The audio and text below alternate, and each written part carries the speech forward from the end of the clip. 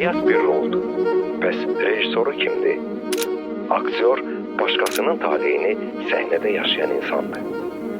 Amma real həyatda bizim ssenarimiz olmur. Mən uzun müddət ərzində öz seçimimlə bir çox rollar oynamışam. Zamanla anlayırsınız ki, real həyatda da rolunu insan öz seçməlidir və mütləq kiminsə həyatında önəmli rol oynamalıdır.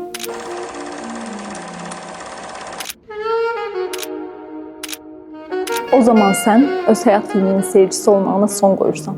Sən artıq sadə izləyici deyilsən.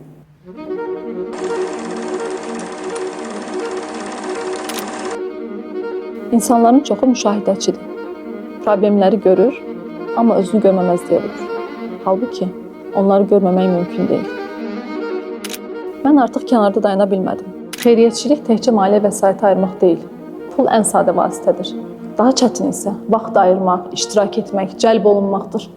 Ən çətin isə məsuliyyət daşımaqdır. Mən dünyanı dəyişmirəm. Mən sadəcə kiminsə çətinliyinə görməməzlik etmirəm. Həyat məşq deyil. Səhnəni yenidən çəkmək olmur. Sən artıq kadrdasın. Nazlı Ana fonduna qoşul. Həyatının unudulmaz rolunu qazan. Başqasının uğur hekayəsinin qəhrəmanı ol. İyanə sadəcə məbləğ deyil. Bu başqasının həyatında iştirak etməyi seçməkdir. Nazlı Ana Xeyriyyə Təşkilatı. Mərhəmət və sabaha qayğı ilə.